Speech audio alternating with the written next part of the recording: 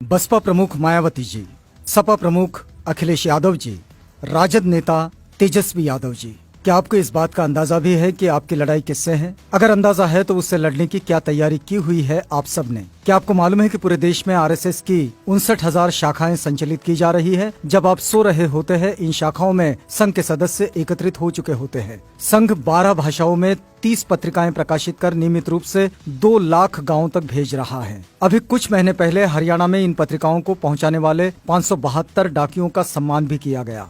संघ ने विगत 2 सालों में नारद जयंती पर अलग अलग जगहों पर कार्यक्रम कर 2000 से ज्यादा पत्रकारों को सम्मानित किया। और आपने क्या किया? ब्लॉगर्स और स्तंभ लेखकों के साथ संघ की निरंतर बैठकें होती रहती है, जिसमें ब्लॉगर्स और स्तंभ लेखकों को सम्मानित किया जाता है। और आप लोग क्या करते हैं? अब आप बताइए कि संघ के मुकाबले बराबर आपके पास कौन सा तंत्र है? सिर्फ और सिर्फ 4 चाटुकार और दलाल टाइप के लोगों के अलावा। आप तो शूद्र समाज को भी, यानी कि ओबीसी, एससी, एसटी, माइनॉरिटीज को भी ऑर्गेनाइज और यूनाइट नहीं कर पाए। जरा देखिए संघ ने और क्या क्या किया है।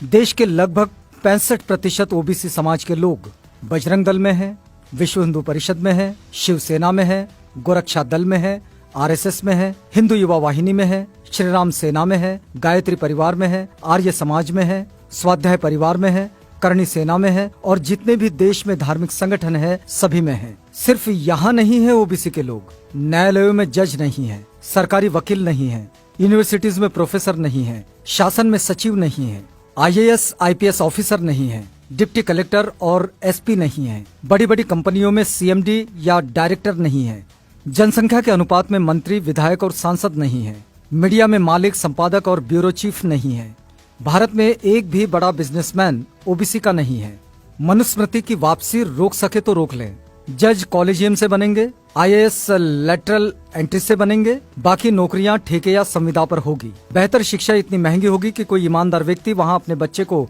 नहीं पढ़ा पाएगा और सरकारी शिक्षा को साजिश के तहत बर्बाद किया जा रहा है। सरकारी क्षेत्र को धीरे धीरे खत्म किया जा रहा है, जहाँ आरक्षण का लाभ मिलता है। आरक्षण तो रहेगा पर सरकारी क्षेत्र में नहीं रहेगा, तो आरक्षण अपने आप ही खत्म हो जाएगा और उसे खत्म करने का दोषी भी कोई नहीं होगा। एससी, एसटी, ओबीसी को प्रतिनिधित्व विहीन किया जाएगा, उन्हें उनके जातिगत पेशों पर लौटने के लिए मजबूर किया जाएगा। ये नौबत इसलिए आई है कि एससी, एसटी, ओबीसी के लोगों ने महज पेट भरने की नौकरियां की। एससी, एसटी, ओबीसी के जिन लोगों ने, यानी कि जिन महापुरुषों ने 1848 से 1956 तक 108 वर्ष के कठिन संघर्ष की बदौलत मिले शिक्षा, नौकरी एवं राजनीति के अधिकारों का लाभ लिया, उन्होंने अपना समय, बुद्धि, पैसा, हुनर का सिर्फ और सिर्फ व्यक्तिगत फायदे के लिए उपयोग और प्रयोग किया। पे बैक टू सोसाइटी नहीं किया। संविधान बचाओ क्रांति को फैलाओ पूरे देश में, लोग अपने आप जुड़ते चले जाएंगे। नेताओं की ये पहली और नैतिक जिम्मेदारी है, क्योंकि समय बहुत कम बचा है। असगर ने एससी, एसटी, ओबीसी को निगलना शुरू कर दिया है। अगला नंबर किसका है, इस विषय पे चिंता कीजिए।